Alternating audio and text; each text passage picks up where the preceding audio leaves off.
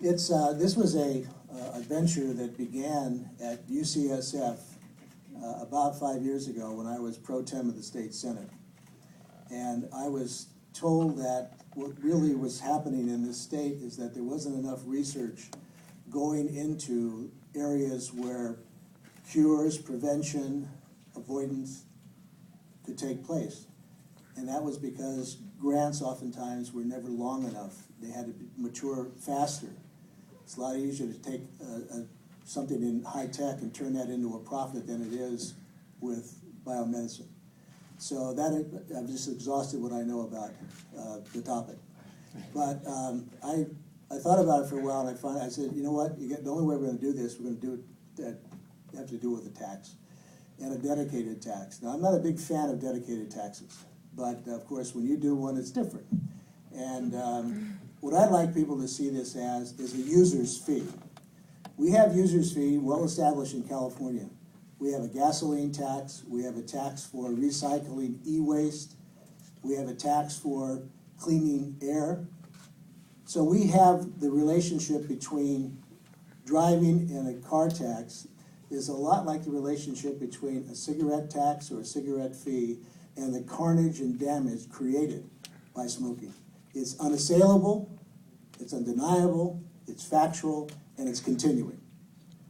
So the idea of putting $1 on a pack of cigarettes or a nickel a smoke is not far-fetched. In fact, in California, we're 33rd in the country right now, 33rd.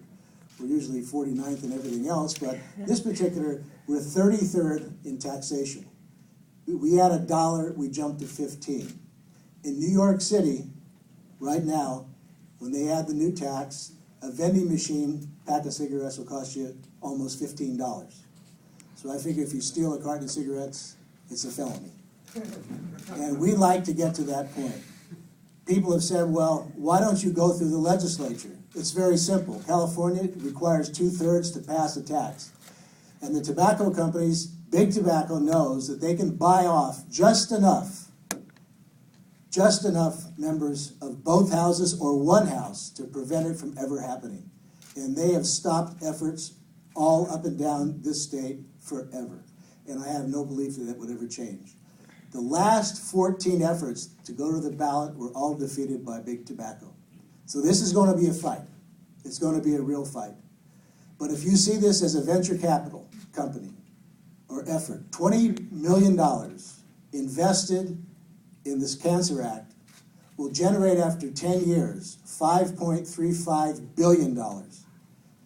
I don't know anybody who would not put money down on that kind of a venture with these kinds of rewards, cure and prevention.